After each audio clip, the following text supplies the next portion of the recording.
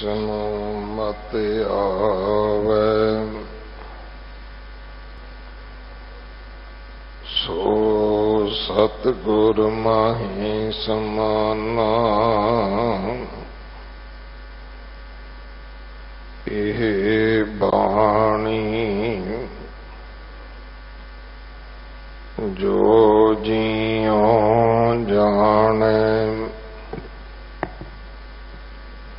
तिस अंतर रवै हर मामा। बाणी गुरु गुरु है बाणी विच बाणी अमृत सारे। गुर बाणी कहे सेवक जन मानै। पर तख गुरु निस्तारै। बाणी बिरलो विचारसी जे को गुरमुख होए।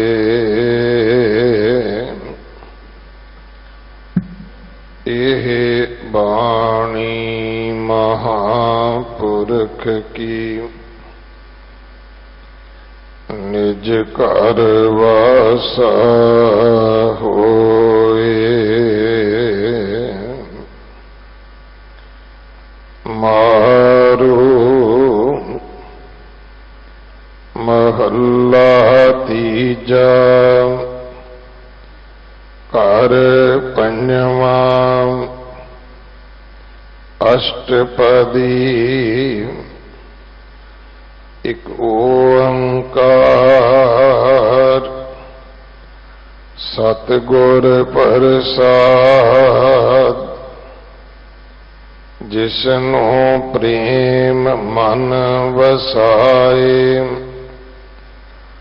साच शब्द सहज सुभाए।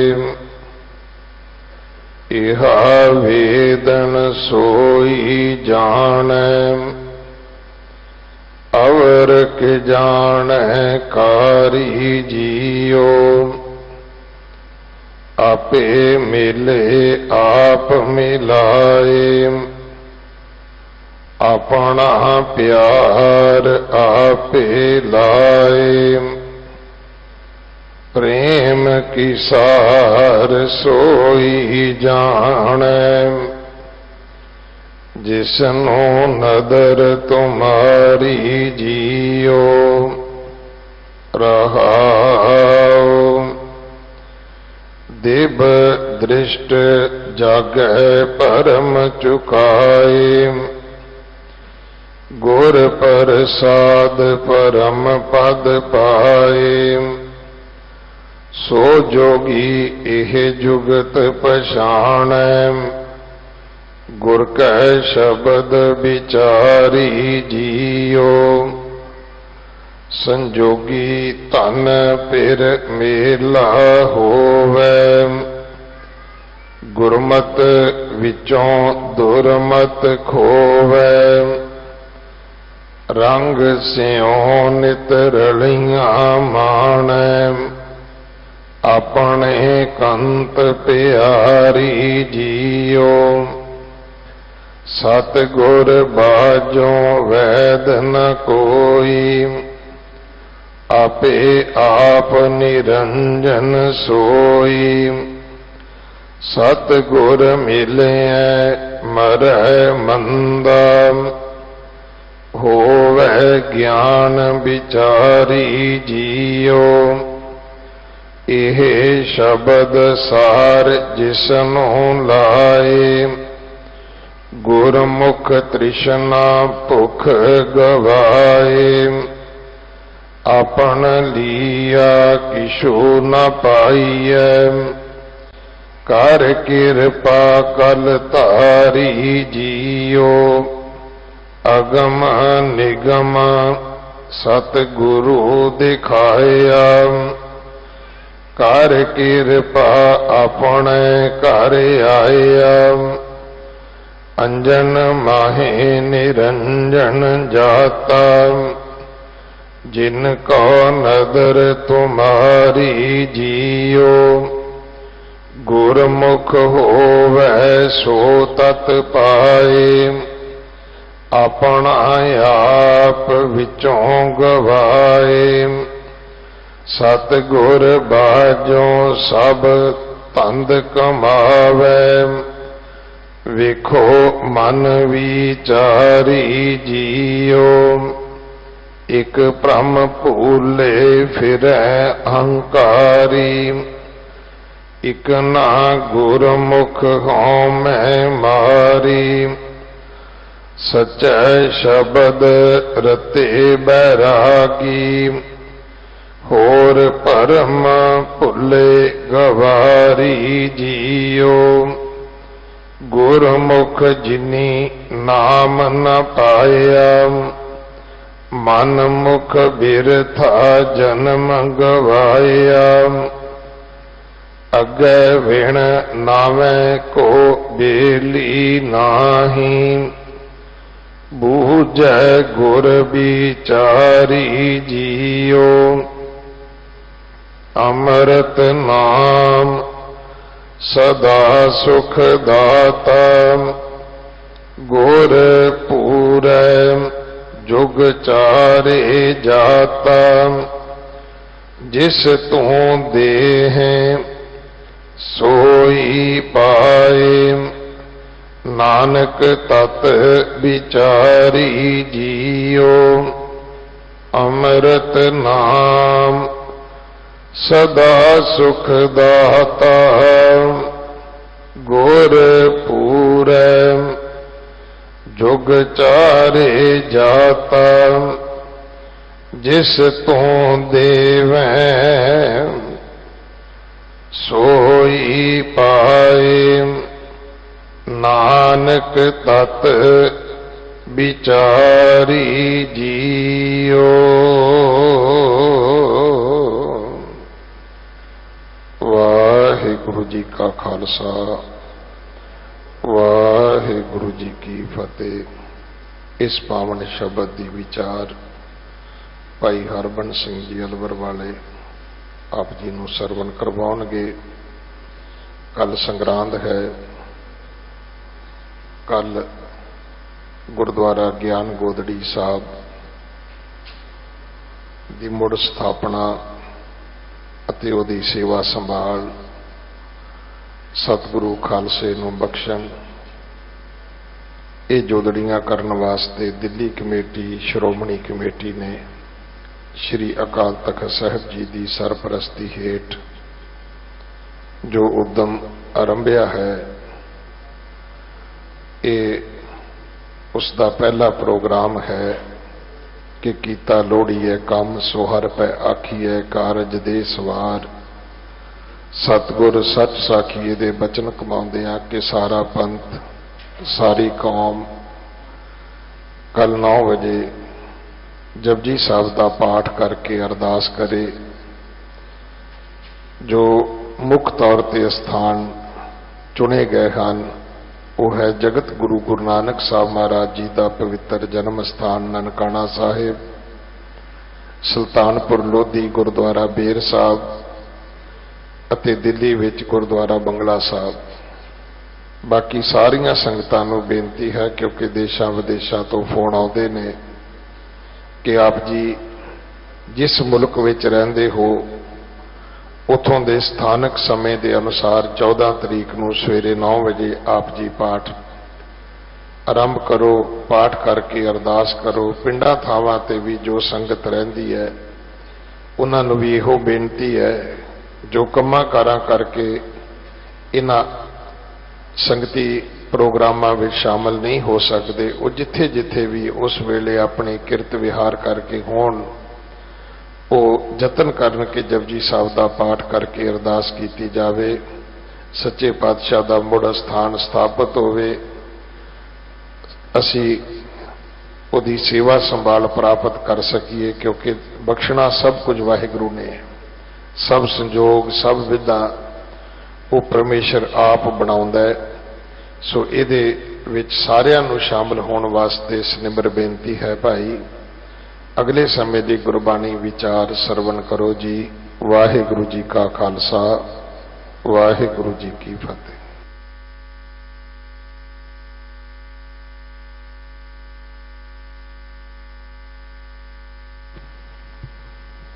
परम पट खूले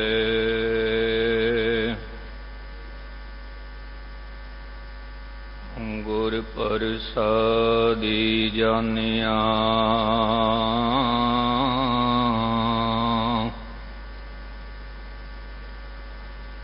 साची लिव लागी है भीतर, सतगुर स्यो मन मानिया।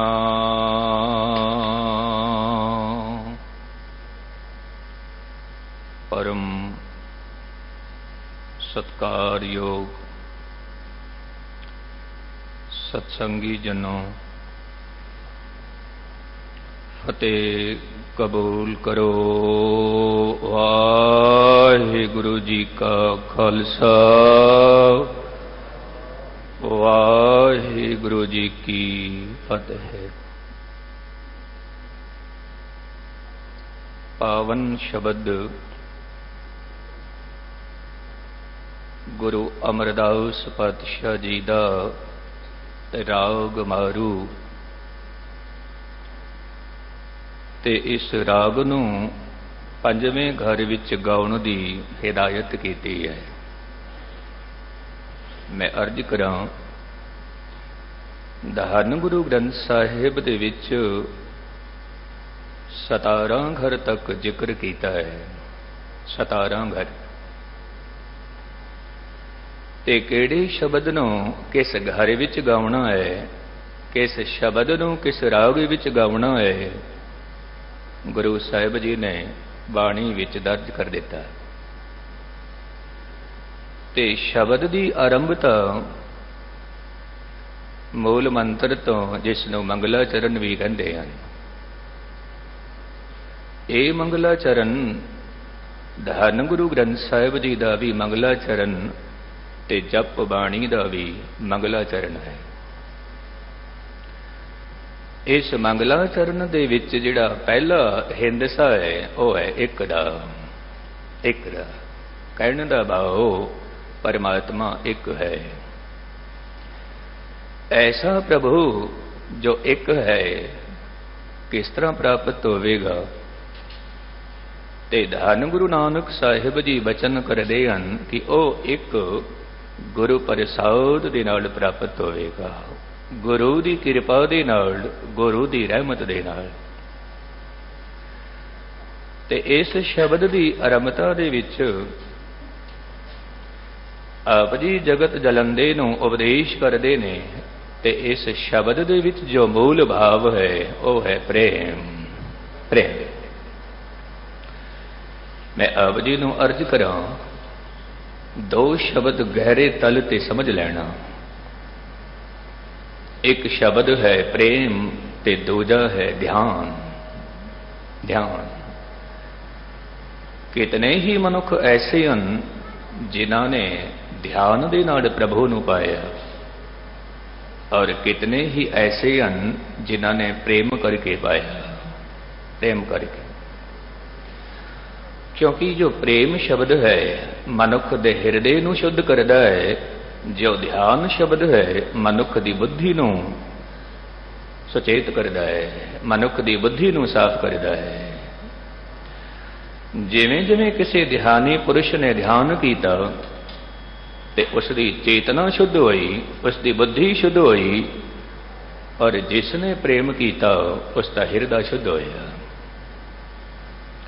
क्योंकि प्रेम इतने शिखर ते होवे कि हिरदा शून्य तक पहुंच जावे, या फिर ध्यान इतना डूंगा होवे, इतना गहरा होवे कि मनुख की चेतना शून्य तक पहुंच जावे, कुछ भी ना बचे, कुछ भी ना बचे।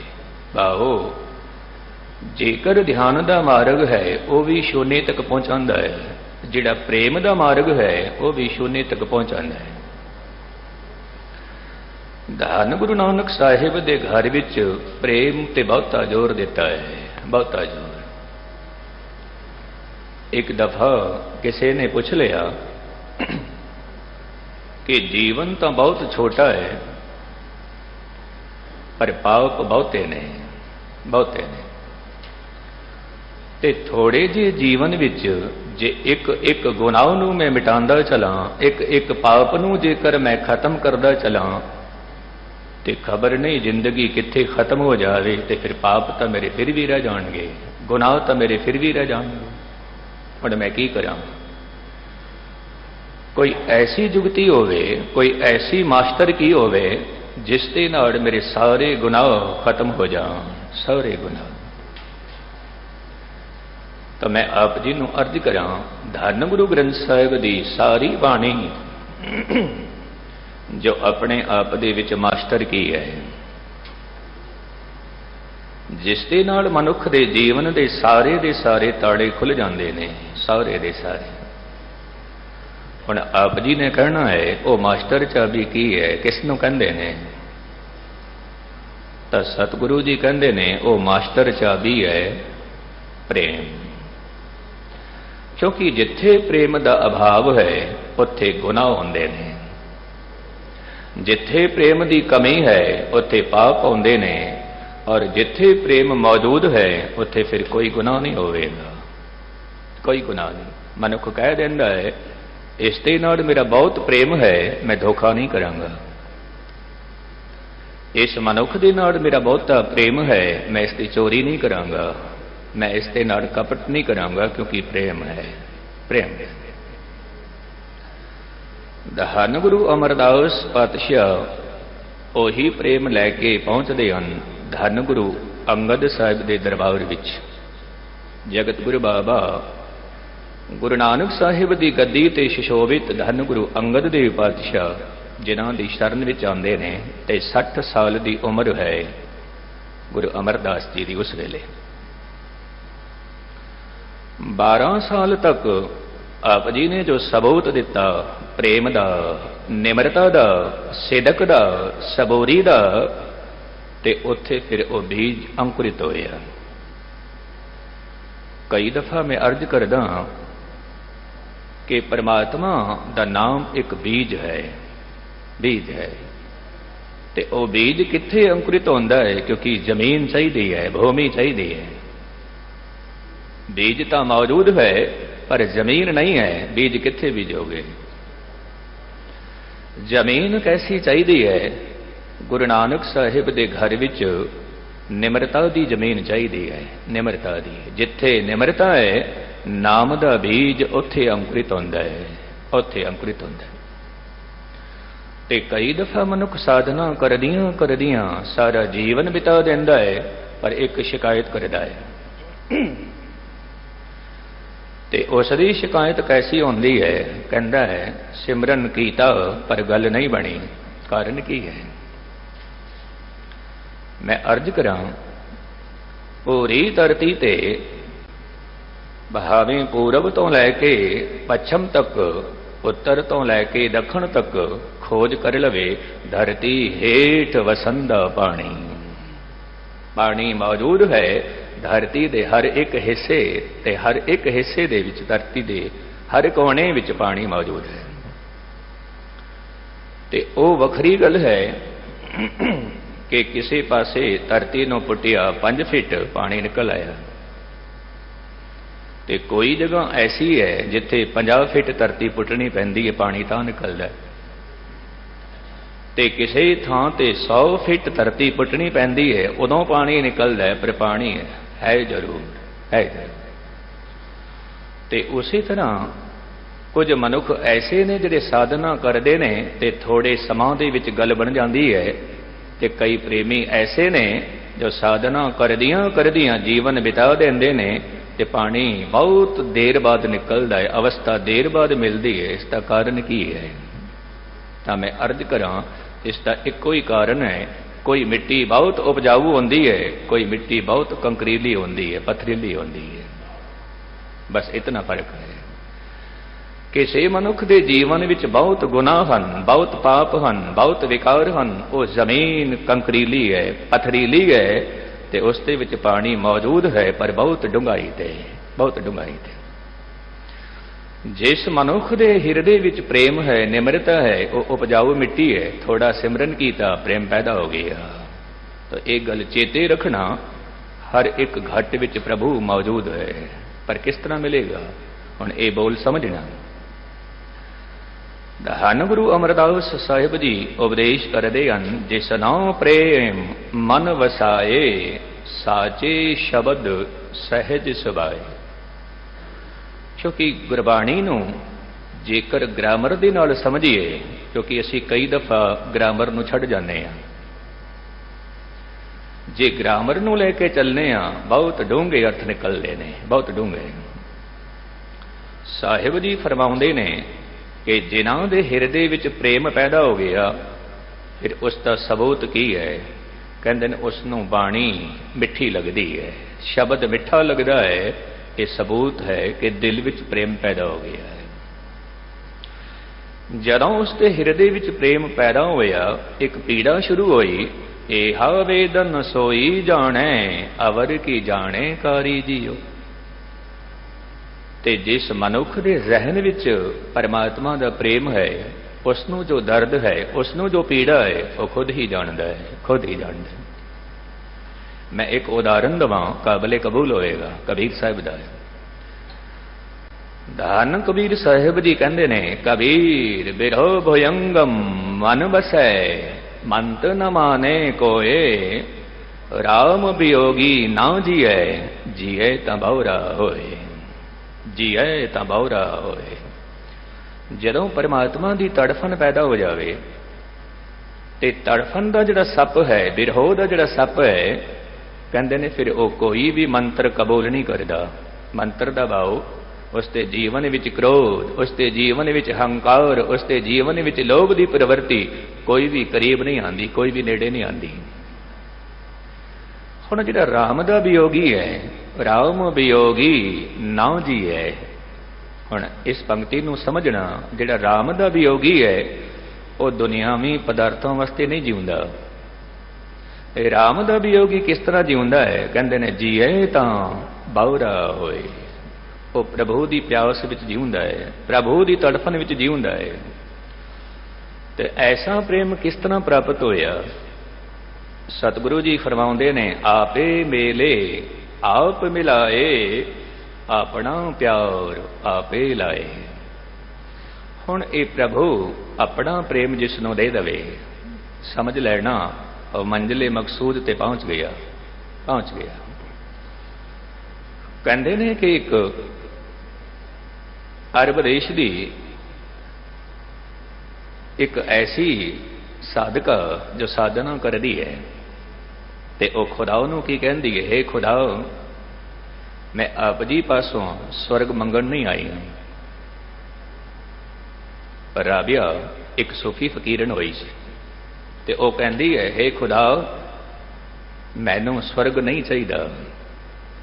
जे स्वर्ग की तमन्ना होवे तां कदे मैनू स्वर्ग नसीब न कराना, और जेकर मैं नरक तो बचना चाहती हाँ तां मैनू नरक कुंड विच जरूर सुटना, जरूर सुटना।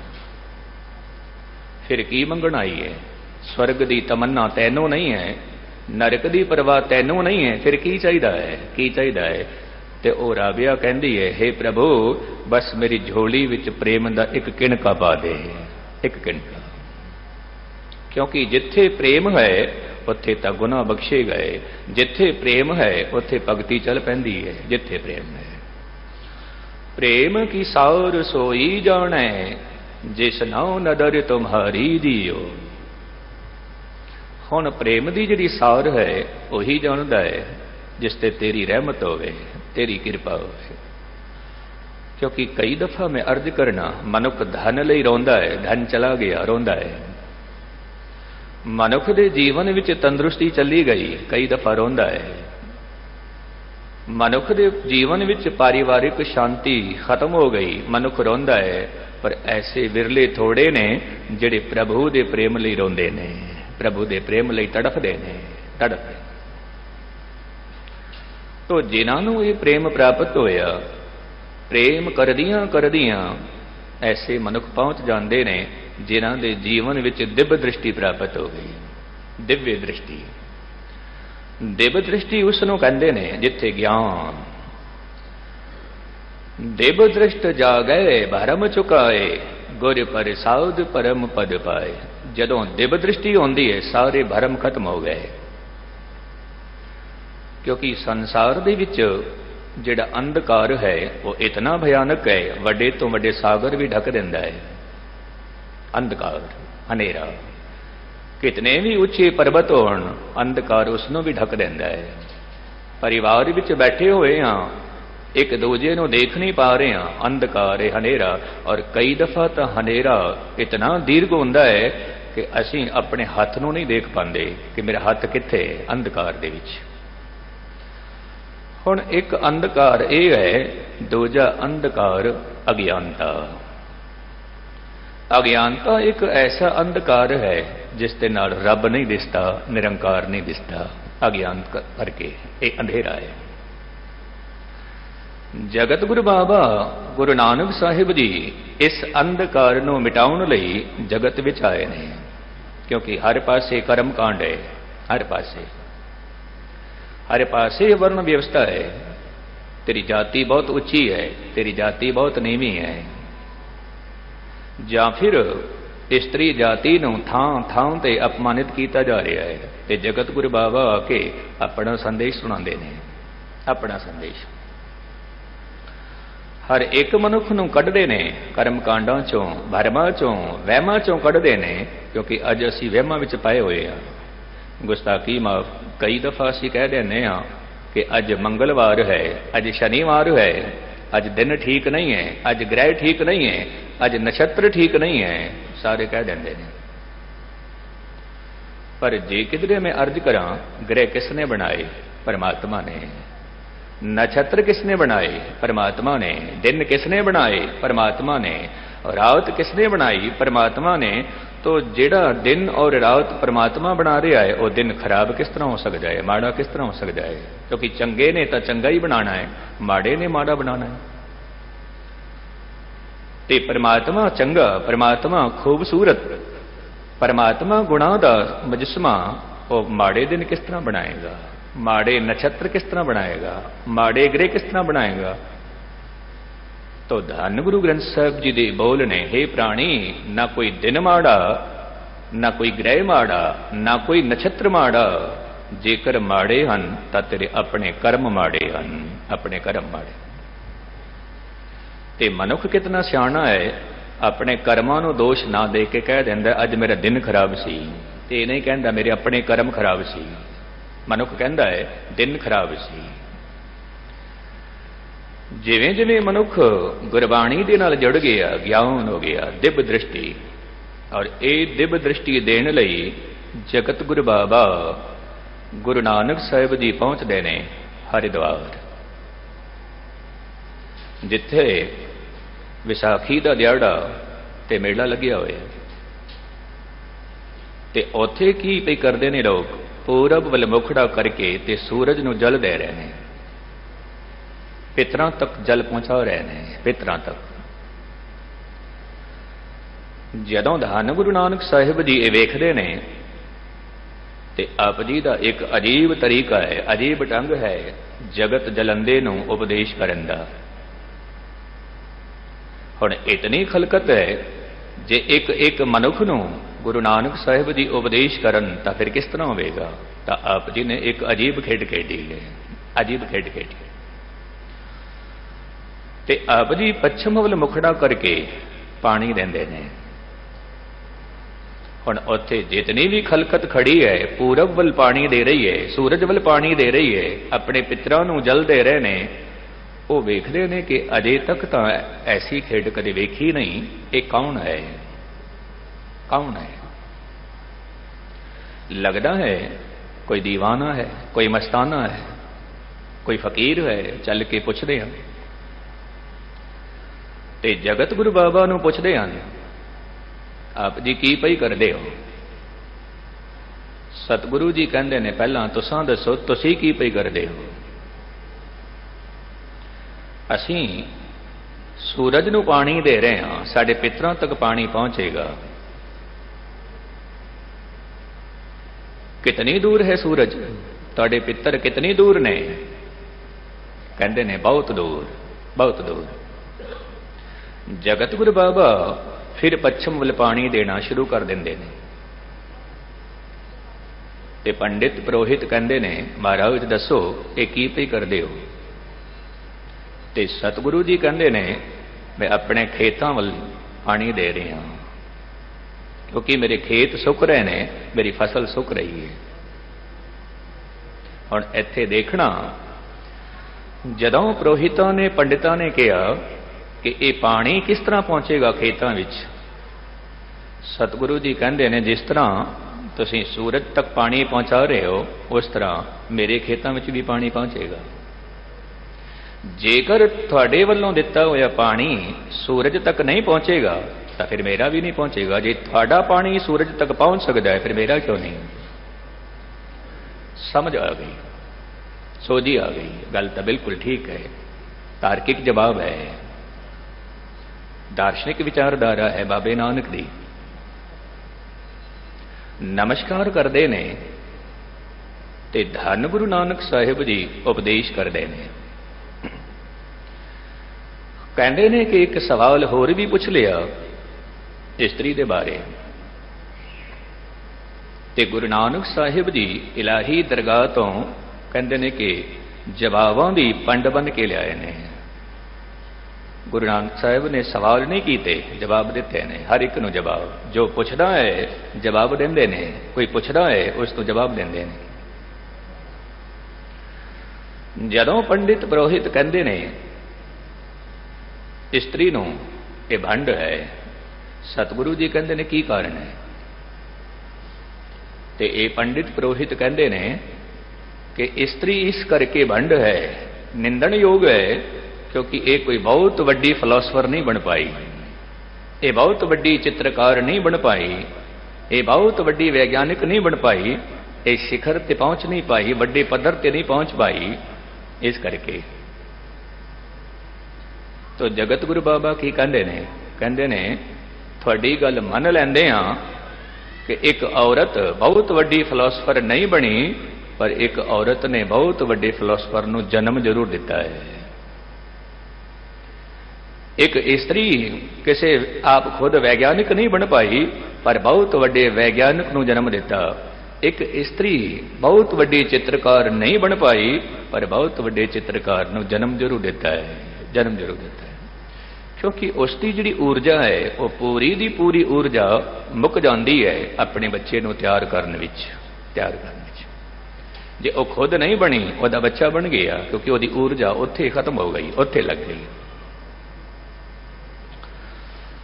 तो धन गुरु नानक साहिब ने जगत नूं उपदेश किया। उत्थे हरिद्वार की धरती ते हर की पौड़ी ते जिस अस्थान ते धन गुरु नानक साहिब जी दे जो ज्ञान दी किरण उन्हां नूं बख्शी सी, वो अस्थान गुरुद्वारा ज्ञान गोदड़ी साहिब, जो कि बहुत वड्डा उपराला अकाल तखत साहिब दी सरप्रस्ती हेठ अते श्रोमणी कमेटी अते दिल्ली सिख गुरुद्वारा प्रबंधक कमेटी ते आप जी का सहयोग, समूह संगतां का सहयोग, संगतां का जिहड़ा सहयोग है, जिहदे विच ये अर्ज की है कि कल आप जी ने 9 बजे गुरु नानक साहिब की इलाही बाणी जपजी साहिब का पाठ करना है देशों विदेशों के विच। मैनूं एक गल चेते आई, मैं अर्ज करा, जदों भी भाई मरदाना जी गुरु नानक साहिब नूं कुछ कहंदे सी तां गुरु नानक साहिब कहंदे सी, हे मरदाना जी रबाब छेड़ कीर्तन कर गा, जे प्रभु नूं कोई अर्जी देनी है तो फिर गा, उसनूं गा, गा गा के अर्जी पहुंचानी है, क्योंकि गायकी कबूल है उत्थे।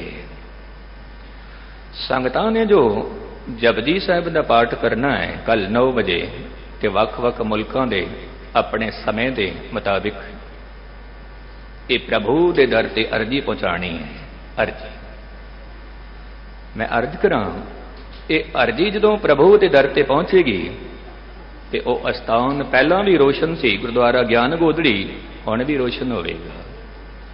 फानूस बनकर जिसकी हिफाजत हवा करे, वो शम्मा कैसे बुझे जिसे रोशन खुदा करे, जिसे रोशन खुदा करे। तो मैं अर्ज कर दिया सी, दिव दृष्ट जा गए भरम चुकाए, सारे भरम मिट गए जदों ज्ञान हो गया। फिर मनुख नहीं मनता कि अज मंगलवार है ते अज मैं केशी स्नान नहीं करना, अज शनिवार है अज मैं तेल दान करना है। ये ब्रह्मा वहमां चों फिर मनुख निकल जाता है, ज्ञान हो गया। गुर परिसाद परम पद पाए, क्योंकि फिर गुरु की रहमत दे नाल उच्च अवस्था प्राप्त हो गई, उच्च अवस्था। धार्मिक ग्रंथां विच 3 अवस्थावां दा जिक्र कीता है, तमो रजो सतो। बहुत थोड़ी तादाद तमों दे विच है, बहुती तादाद रजो विच है। लोग रजो विच बैठे ने ते बहुत थोड़े ऐसे ने जिहड़े सतो विच बैठे ने। ਜਿਹੜੇ ਮਨੁੱਖ ਪ੍ਰਭੂ ਦੇ ਨਾਲ ਜੁੜ ਗਏ ਉਹ ਇਨ੍ਹਾਂ ਤਿੰਨਾਂ ਤੋਂ ਉਤਾਂ ਉੱਠ ਗਏ। ਤੁਰਿਆ ਅਵਸਥਾ, ਚੌਥੀ ਅਵਸਥਾ ਜਿਸ ਨੂੰ ਤੀਜਾ ਨੇਤਰ ਵੀ ਕਹਿੰਦੇ ਨੇ, ਚੌਥਾ ਪਦ ਵੀ ਕਹਿੰਦੇ ਨੇ, ਦਸਮ ਦਵਾਰ ਵੀ ਕਹਿੰਦੇ ਨੇ, ਪਰਮ ਅਵਸਥਾ। ऐसा मनुख जोगी है। सो जोगी एह जुगत पछाणे, गुर कै शब्द विचारी जियो। वो मनुख जोगी है जिसनों जुगत आ गई। क्योंकि जोगी मनुख, जोगी पुरुष किसी बाहरी लिबास का नाम नहीं है। जोगी उसनों कहते ने जिसने जोग की जुगत हासिल कर ली है, वो जोगी है, वो जोगी। धन गुरु नानक साहिब जी मनुख ਨੂੰ जोग सिखा रहे हैं। किस तरह जोग सिखा रहे हैं कि आप जी ने गृहस्थ विच रहना है और जोग कमाना है। क्योंकि कितने ही मनुख गृहस्थ ਨੂੰ ਛੱਡ के चले गए, गुरु नानक साहिब जी कहते हैं नहीं ये जोगी नहीं है। कितने ही मनुख पूर्ण तौर ते त्यागी बन गए, गुरु नानक साहिब जी कहते हैं नहीं ये जोगी नहीं है। जोग की जिहड़ी जुगत है वो जगत गुरु बाबा सिखा रहे हैं। किस तरह सिखा रहे हैं? कहते हैं गृहस्थी बनना बड़ा सौखा है, बड़ा सौखा, ते जोगी बनना भी बहुत सौखा है। वो किस तरह सौखा है कि सब कुछ छड्ड के मनुख जंगलों में चला गया, जोगी बन गया। ਜਾਂ फिर मनुख ने गृहस्थ जीवन अपना लिया, कहते ने बहुत सौखा है। पर गुरु नानक साहिब जी कहते ने कि गृहस्थ विच रह के जोग कमाना जिसनों कहते ने सिੱਖੀ बहुत औखी है, बहुत औखी है। मैं फिर अर्ज करा, गृहस्थ विच रह के ते संन्यास कमाना, गृहस्थ विच रह के गुरु दे ज्ञान नूं कमाना कहते ने ये सिੱਖੀ बड़ी औखी है, बड़ी औखी।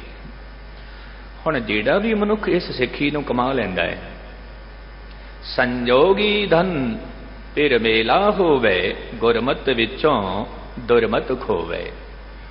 संजोग होया, प्रभु दे नाल मिलन होया, ते एक तरफ संजोग होया, एक तरफ विजोग होया। हुण विजोग किन्हां दा होया? विकारां दा। विकार खत्म हो गए जीवन विच। संजोग किस दे नाल होया? प्रभु दे नाल होया।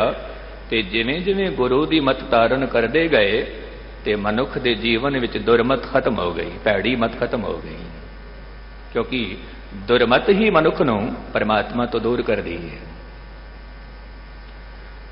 क्योंकि जेकर किसी वस्तु नूं किसी वस्तु दे नाल जोड़िया जावे तो मैं इस तरह अर्ज करा, दुध दे विच दुध मिला सकते हो क्योंकि सजाती मिलन है। सोने दे नाल सोना जोड़ सकते हो, सजाती मिलन है। ते खुशबू दे विच खुशबू पा सकते हो, सजाती मिलन है। पर कदे ऐसा नहीं हो सकता कि दुध दे विच शराब पा देती, मेल नहीं होवेगा क्योंकि विजाती हो गया। दुध वखरा है तो शराब वखरी है। ਤੇ ਉਸੇ ਤਰ੍ਹਾਂ ਜੇ ਪ੍ਰਭੂ ਦੇ ਨਾਲ ਮਿਲਣਾ ਹੈ ਤਾਂ ਇੱਕ ਗੱਲ ਚੇਤੇ ਰੱਖਣਾ, ਗੁਰੂ ਨਾਨਕ ਸਾਹਿਬ ਦੀ ਜਪ ਬਾਣੀ ਵਿੱਚ ਇੱਕ ਸਵਾਲ ਕੀਤਾ ਹੈ, ਬਾਕੀ ਜਪਜੀ ਸਾਹਿਬ ਦੀ ਪੂਰੀ ਬਾਣੀ ਉਸ ਸਵਾਲ ਦੇ ਅੱਗੇ ਪਿੱਛੇ ਪਰਿਕਰਮਾ ਕਰਦੀ ਹੈ। ਔਰ ਉਹ ਸਵਾਲ ਹੈ, ਕਿਵ ਸਚਿਆਰਾ ਹੋਈ ਹੈ, ਕਿਵ ਕੂੜੈ ਟੁੱਟੇ ਪਾਵਲ। ਜੇ ਸਚਿਆਰ ਬਣਨਾ ਹੈ ਤੇ ਕੂੜ ਦੀ ਦੀਵਾਰ ਨੂੰ ਤੋੜਨਾ ਪਏਗਾ। ਕੂੜ ਦੀ ਦੀਵਾਰ ਦੁਰਮਤ ਹੈ, ਭੈੜੀ ਮਤ ਹੈ। ਫਿਰ ਜਿਹੜਾ ਵੀ ਮਨੁੱਖ ਦੁਰਮਤ ਨੂੰ ਮਿਟਾ ਦਿੰਦਾ ਹੈ, ਰੰਗ ਸਿਉ ਨਿਤ ਰਲਿਆ ਮਾਣੇ, ਆਪਣੇ ਕੰਤ ਪਿਆਰੀ ਜੀਓ, ਫਿਰ ਪ੍ਰਭੂ ਦੇ ਨਾਲ ਮਿਲਨ ਹੋ ਗਿਆ, ਫਿਰ ਸਾਰਾ ਜੀਵਨ ਸੁਖਮੈ ਹੋ ਗਿਆ, ਸੁਖਮੈ ਹੋ ਗਿਆ। ਹੁਣ ਐਸੀ ਅਵਸਥਾ ਕਿੱਥੋਂ ਮਿਲਦੀ ਹੈ?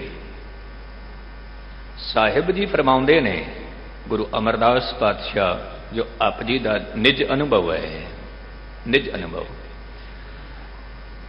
ਤੇ ਆਪਣੇ ਨਿਜ ਅਨੁਭਵ ਨੂੰ ਜਗਤ ਦੀ ਝੋਲੀ ਵਿੱਚ ਪਾਉਂਦੇ ਨੇ। ਜਗਤ ਦੀ ਝੋਲੀ, ਸਤਿਗੁਰ ਬਾਝੋਂ ਵੈਦ ਨ ਕੋਈ, ਆਪੇ ਆਪ ਨਿਰੰਜਨ ਸੋਈ। ਨਿਰੰਜਨ ਕਹਿੰਦੇ ਹਨ ਨਿਰ ਪਲਸ ਅੰਜਨ, ਜੋ ਅੰਜਨ ਤੋਂ ਰਹਿਤ ਹੈ, ਕਾਲਖ ਤੋਂ ਰਹਿਤ ਹੈ। ਗੁਰਬਾਣੀ ਦੇ ਵਿੱਚ ਕੁਝ ਐਸੇ ਅਲਫਾਜ਼ ਆਉਂਦੇ ਨੇ ਜਿਹੜੇ ਬਹੁਤ ਕਠਿਨ ਹੁੰਦੇ ਨੇ, ਤੇ ਉਹਨਾਂ ਦਾ ਜੇਕਰ ਅਸੀਂ ਸੰਧੀ ਵਿਛੇਦ ਕਰੀਏ ਗੱਲ ਸਪਸ਼ਟ ਹੋ ਜਾਂਦੀ।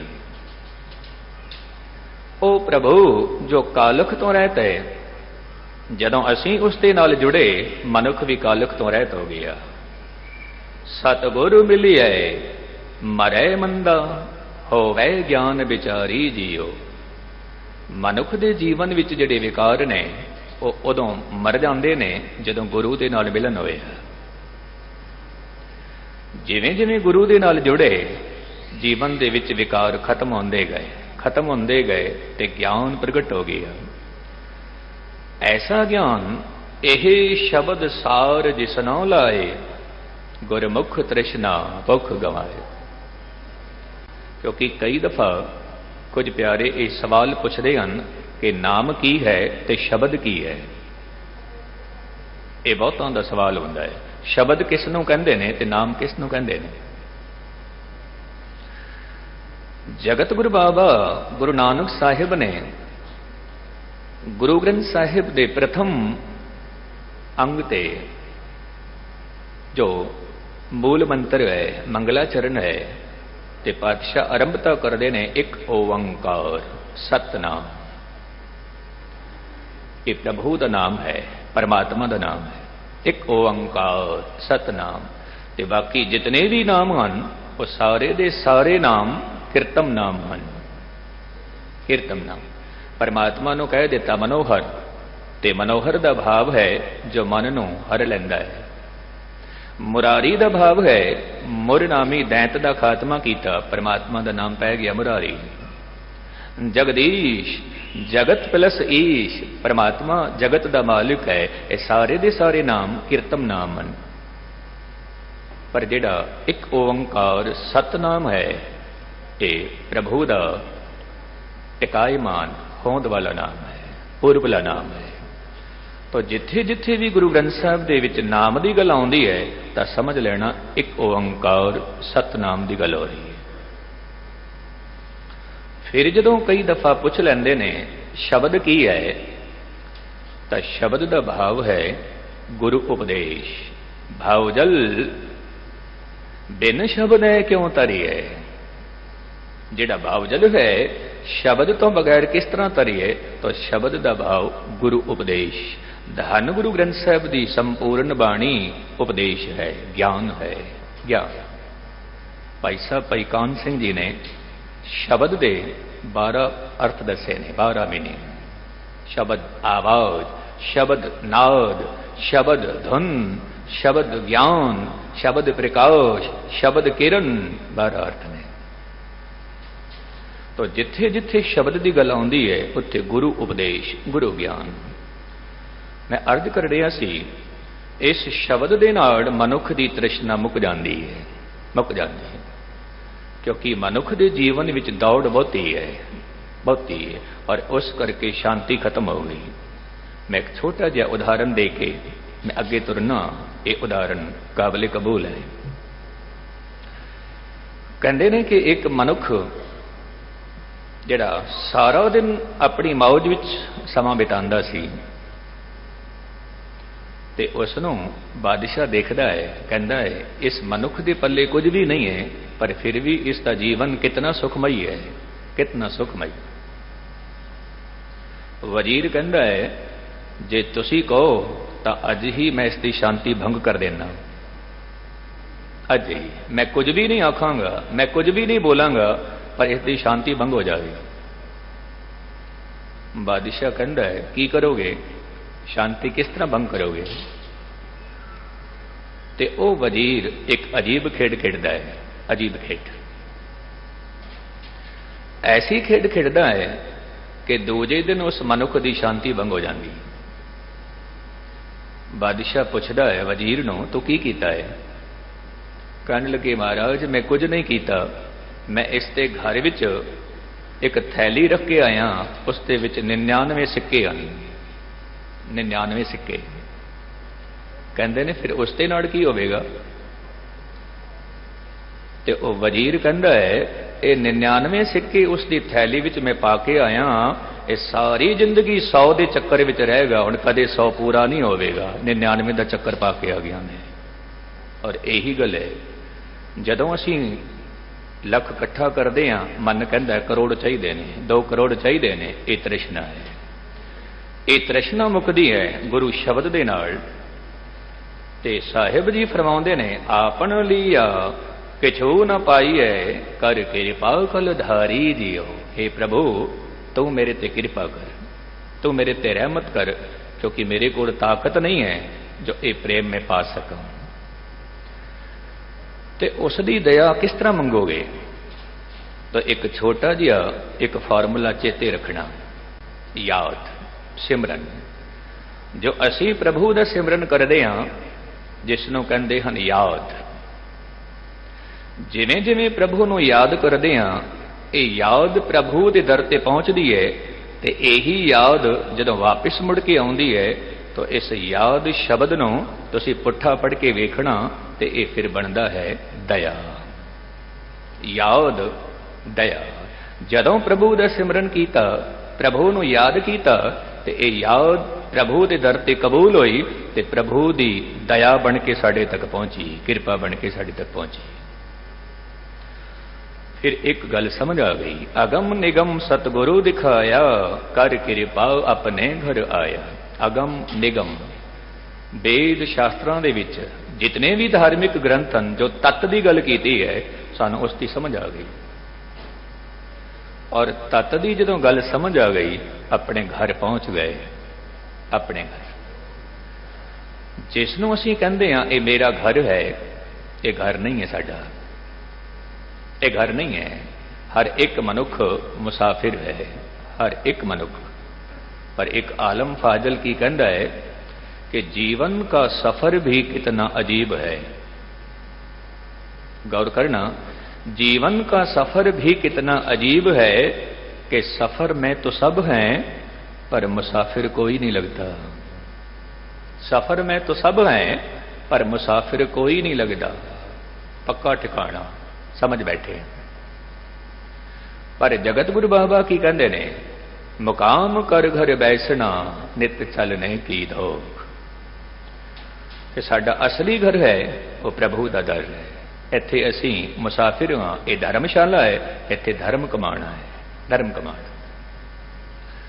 तो साहिब जी फरमाउंदे ने, अंजन माहे निरंजन जाता जिन कहो नजर तुम्हारी। अंजन कालक जगत संसार विच रह के ही निरंजन नूं पाउणा है। पर मनुख कह दवे कि मैं संसार विच नहीं रहना, ते प्रभु कहते हैं फिर मर्यादा ही बिगड़ गई। रहना तो संसार विच, रहना तो जगत विच, ते निरंजन नूं पाना है। अंजन विच रह के, कुटुंब विच रह के, परिवार विच रह के परमात्मा नूं पाना है। इत्थे मैनूं शेख शादी दे बोल चेते आ गए, मैं वो भी अर्ज करा। कहंदे सी, जदों किसी राह तो गुजरदे हो, भीड़ विचों गुजरदे हो, तो इस तरह गुजरना जिवें तुसीं अकेले हो। भीड़ विचों गुजरना इस तरह गुजरना जिवें तुसीं अकेले हो, ਜਦੋਂ ਅਕੇਲੇ ਗੁਜ਼ਰਨਾ ਤਾਂ ਇਸ ਤਰ੍ਹਾਂ ਗੁਜ਼ਰਨਾ ਜਿਵੇਂ ਪਰਮਾਤਮਾ ਤੁਹਾਡੇ ਨਾਲ ਹੈ, ਗੁਰੂ ਤੁਹਾਡੇ ਨਾਲ ਹੈ। ਸ਼ੇਖ ਸ਼ਾਦੀ ਸਾਹਿਬ ਜੀ ਤੋ ਸਾਹਿਬ ਜੀ ਫਰਮਾਉਂਦੇ ਨੇ, ਗੁਰਮੁਖ ਹੋਵੇ ਸੋ ਤਤ ਪਾਏ। ਗੁਰਮੁਖ ਦਾ ਭਾਵ ਹੈ ਕਿ ਜਿਸ ਮਨੁੱਖ ਨੇ ਗੁਰੂ ਦੇ ਮੁਖਾਰ ਬਿੰਦ, ਗੁਰੂ ਦੇ ਬੋਲ ਸੁਣ ਲਏ, ਗੁਰੂ ਦੇ ਬਚਨ ਸੁਣ ਲਏ, ਉਹ ਤਤ ਨੂੰ ਪਾ ਲਏਗਾ, ਉਹ ਇੱਕ ਓੰਕਾਰ ਤੱਕ ਪਹੁੰਚ ਜਾਵੇਗਾ। ਉਹ ਉਸ ਆਕਾਸ਼ ਵਿੱਚ ਉਡੇਗਾ ਜਿਸ ਆਕਾਸ਼ ਮੰਡਲ ਦਾ ਨਾਮ ਜਗਤ ਗੁਰੂ ਬਾਬਾ ਗੁਰੂ ਨਾਨਕ ਸਾਹਿਬ ਜੀ ਨੇ ਰੱਖ ਦਿੱਤਾ, ਇੱਕ ਓੰਕਾਰ ਸਤਨਾਮ। ਫਿਰ ਐਸੇ ਆਕਾਸ਼ ਵਿੱਚ ਉਹ ਉੜਦਾ ਹੈ, ਉੜਦਾ ਹੈ। ਜਿਵੇਂ ਜਿਵੇਂ ਮਨੁੱਖ ਉਸ ਤੱਤ ਨੂੰ ਪਾ ਲੈਂਦਾ ਹੈ, ਆਪਣਾ ਆਪ ਵਿੱਚੋਂ ਗਵਾਏ। ਹੁਣ ਇੱਕ ਗੱਲ ਚੇਤੇ ਰੱਖਣਾ, ਸਾਰੀ ਜ਼ਿੰਦਗੀ ਤੇ ਗੁਸਤਾਖੀ ਮਾਫ। ਇੱਥੇ ਅਸੀਂ ਕਈ ਦਫਾ ਚੋਟ ਖਾ ਜਾਂਦੇ ਹਾਂ, ਵੱਡੇ ਤੋਂ ਵੱਡੇ ਵਿਦਵਾਨ ਵੀ ਚੋਟ ਖਾ ਜਾਂਦੇ ਨੇ। ਇੱਥੇ ਮਨੁੱਖ ਦੇ ਜੀਵਨ ਵਿੱਚ ਵਿਦਤਾ ਇਸ ਕਰਕੇ ਚਾਹੀਦੀ ਸੀ, ਗਿਆਨ ਇਸ ਕਰਕੇ ਚਾਹੀਦਾ ਸੀ ਕਿ ਮਨੁੱਖ ਦਾ ਹੰਕਾਰ ਮਿਟ ਜਾਵੇ। ਪਰ ਉਹੀ ਗਿਆਨ ਕਈ ਦਫਾ ਮਨੁੱਖ ਨੂੰ ਹੰਕਾਰੀ ਬਣਾ ਦਿੰਦਾ ਹੈ। ਮੈਂ ਬਹੁਤ ਵੱਡਾ ਗਿਆਨੀ, ਮੈਂ ਬਹੁਤ ਵੱਡਾ ਕਵੀ ਹਾਂ, ਮੈਂ ਬਹੁਤ ਵੱਡਾ ਦਾਨੀ ਹਾਂ, ਮੈਂ ਬਹੁਤ ਵੱਡਾ ਤਪਸਵੀ ਹਾਂ। ਭਗਤ ਰਵਿਦਾਸ ਜੀ ਨੂੰ ਕਹਿਣਾ ਪਿਆ ਕੀ ਕਹਿੰਦੇ ਨੇ, ਪੜ੍ਹੀ ਹੈ ਸੋਹਣੀ ਹੈ, ਮੈਂ ਪੜ੍ਹਦਾ ਵੀ ਹਾਂ, ਗੁਣਦਾ ਵੀ ਹਾਂ। ਪੜ੍ਹੀ ਹੈ ਗੁਣੀ ਹੈ, ਭਾਵ ਸਭ ਸੁਣੀ ਹੈ। ਮੈਂ ਸ਼ਬਦ ਨੂੰ ਸੁਣਦਾ ਵੀ ਹਾਂ, ਸਮਝਦਾ ਵੀ ਹਾਂ, ਨਾਮ ਨੂੰ ਮੈਂ ਸੁਣਦਾ ਵੀ ਹਾਂ, ਪਰ ਅਨੁਭਵ ਨਹੀਂ ਹੋ ਰਿਹਾ। ਕਾਰਨ ਕੀ ਹੈ? ਰਵਿਦਾਸ ਜੀ ਕਹਿੰਦੇ ਨੇ, ਲੋਹਾ ਕੰਚਨ ਹਿਰਨ ਹੋਏ ਕੈਸੇ, ਜਿਉ ਪਾਰਸ ਹੈ ਨਾ ਪਰਸੇ। ਇੱਕ ਲੋਹਾ ਕਿਸ ਤਰ੍ਹਾਂ ਸੋਨਾ ਬਣੇਗਾ ਜਦੋਂ ਪਾਰਸ ਨੂੰ ਛੂੰਹਦਾ ਹੀ ਨਹੀਂ, ਵਿਚਕਾਰ ਫਾਸਲਾ ਹੈ। ਔਰ ਉਹ ਫਾਸਲਾ ਹੰਕਾਰ ਦਾ, ਹਉਮੈ ਦਾ। ਮੈਂ ਬਹੁਤ ਵੱਡਾ ਕਵੀ ਹਾਂ, ਮੈਂ ਬਹੁਤ ਵੱਡਾ ਵਿਦਵਾਨ ਹਾਂ, ਮੈਂ ਬਹੁਤ ਵੱਡਾ ਦਾਨੀ ਪੁਰਸ਼ ਹਾਂ। ਕਹਿੰਦੇ ਨੇ ਇਹਦੇ ਵਿੱਚ ਮਨੁੱਖ ਦੀ ਅਧਿਆਤਮਕ ਯਾਤਰਾ ਖਤਮ ਹੋ ਗਈ ਹੰਕਾਰ ਦੇ ਵਿੱਚ। ਸਤਿਗੁਰ ਬਾਝੋਂ ਸਭ ਧਨ ਕਮਾਵੇ, ਵੇਖੋ ਮਨ ਵਿਚਾਰੀ ਜੀਓ। ਕਿ ਸਤਿਗੁਰੂ ਤੋਂ ਬਗੈਰ ਤੂੰ ਜਿਤਨੀ ਵੀ ਖੇਡ ਖੇਡ ਰਿਹਾ ਹੈ, ਇਹ ਸਭ ਕੁਝ ਜੰਜਾਲ ਇਕੱਠੇ ਹੋ ਰਹੇ ਨੇ ਗੁਰੂ ਨੂੰ ਛੱਡ ਕੇ। ਕਿਉਂਕਿ ਕਿਤਨੇ ਹੀ ਲੋਕ ਐਸੇ ਨੇ, ਇੱਕ ਬ੍ਰਹਮ ਭੂਲੇ ਫਿਰੇ ਅਹੰਕਾਰੀ। ਹੁਣ ਇੱਕ ਸ਼ਬਦ ਦੇਖਣਾ, ਇਸ ਦੇ ਕੱਕੇ ਨੂੰ ਸਿਆਰੀ ਲੱਗੀ ਹੋਈ ਹੈ ਤੇ ਇਸ ਦਾ ਭਾਵ ਹੋਇਆ ਕਿਤਨੇ ਹੀ ਸਾਰੇ।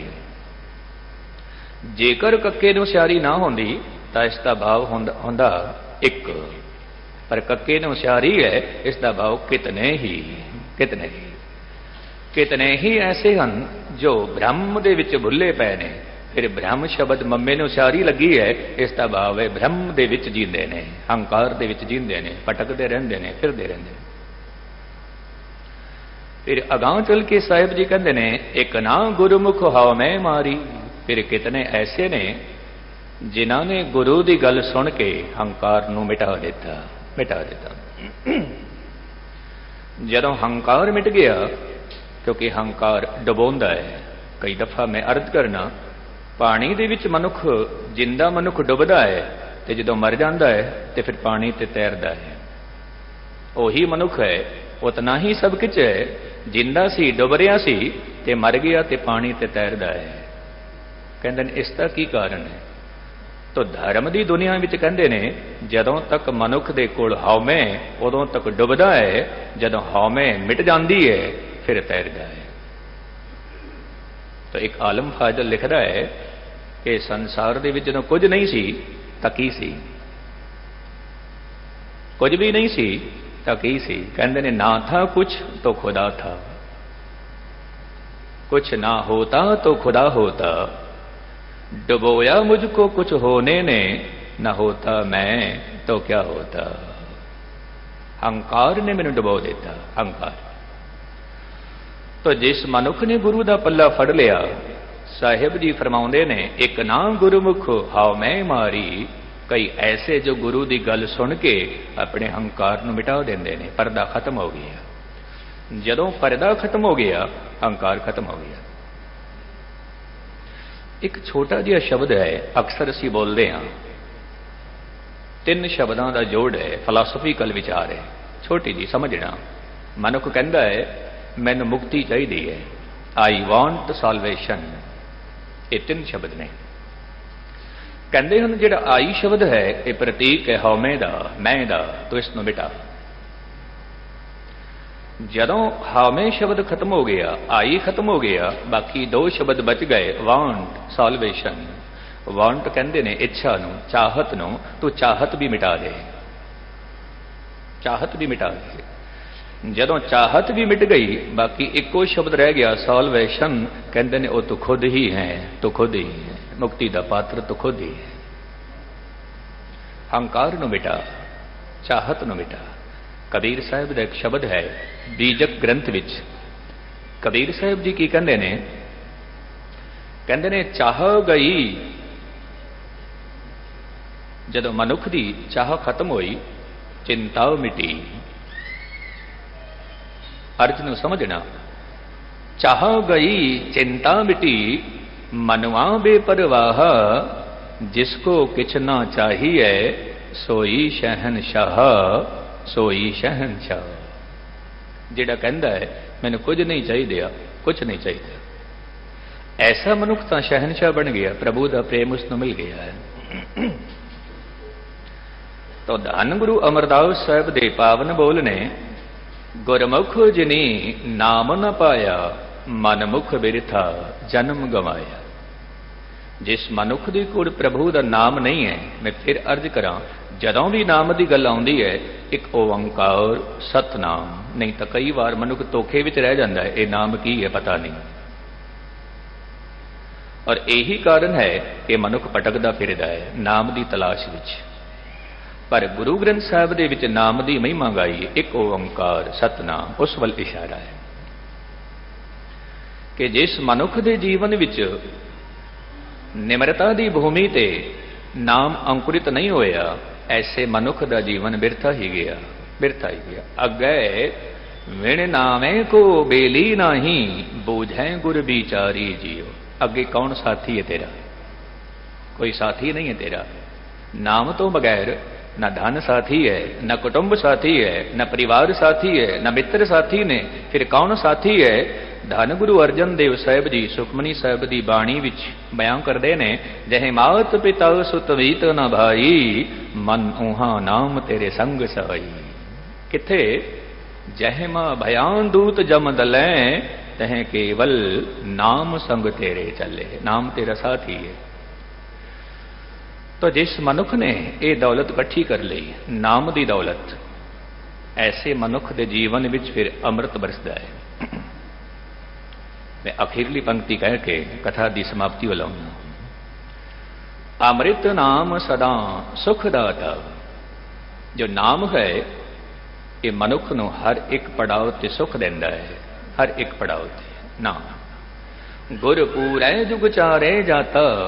मैं गुरु पूरे तो एक गल समझ लई कि जितने भी युग बीत गए ने, भाव जितने भी वर्ष बीत गए ने, जितने साल बीत गए ने, जितना समा बीत गया, हर एक युग दे विच, हर एक काल दे विच नाम दी महिमा है, गुरु दी महिमा है, शब्द दी महिमा है। एक गल मैं पूरे गुरु तो समझ लई। हुण पूरा गुरु की है? पूरा गुरु कौन है? जगत गुरु बाबा कह देंदे ने शब्द गुरु, सुरत धुन चेल। जो शब्द है ये पूरा गुरु है। क्योंकि जे परमात्मा नूं असीं जोत रूप विच देखीए तां वो परमात्मा है, जे परमात्मा नूं असीं शब्द रूप विच देखीए तां वो गुरु है। मैं फिर अर्ज करां, परमात्मा जोत रूप विच परमात्मा है, परमात्मा शब्द रूप विच गुरु है। दोवें इक्को ही ने। शब्द गुरु, गुरु शब्द। जिस तू देवे सोई पाए, नानक तत् विचारी जियो। हे प्रभु, जिन्हां ते तेरी रहमत हो जावे, जिन्हां ते तेरी कृपा हो जावे, ये नाम दी दौलत उसनूं प्राप्त होंदी है। ते नाम दी दौलत जिसनूं प्राप्त होवे उसका की सबूत है? उसका यही सबूत है, आप जी संगत विच बैठे हो, ये सबूत है। प्रभु ने आप जी नूं अपने करीब बिठाया, ये उसका सबूत है। तो जितना भी समा प्राप्त होवे ਗੁਰੂ ਬਾਣੀ ਦੇ ਵਿੱਚ ਜੁੜੋ, ਗੁਰਬਾਣੀ ਦਾ ਭਾਵ ਸਮਝੋ ਤੇ ਸਮਝ ਸਮਝ ਕੇ ਪਾਠ ਕਰਨਾ, ਸਿਮਰਨ ਕਰਨਾ, ਤਾਂ ਕਰਕੇ ਗੁਰੂ ਕੀ ਰਹਿਮਤ ਦੇ ਪਾਤਰ ਬਣ ਜਾਈਏ। ਭੁੱਲਾਂ ਚੁੱਕਾਂ ਦੀ ਖਿਮਾ। ਵਾਹਿਗੁਰੂ ਜੀ ਕਾ ਖਾਲਸਾ, ਵਾਹਿਗੁਰੂ ਜੀ ਕੀ ਫਤਿਹ।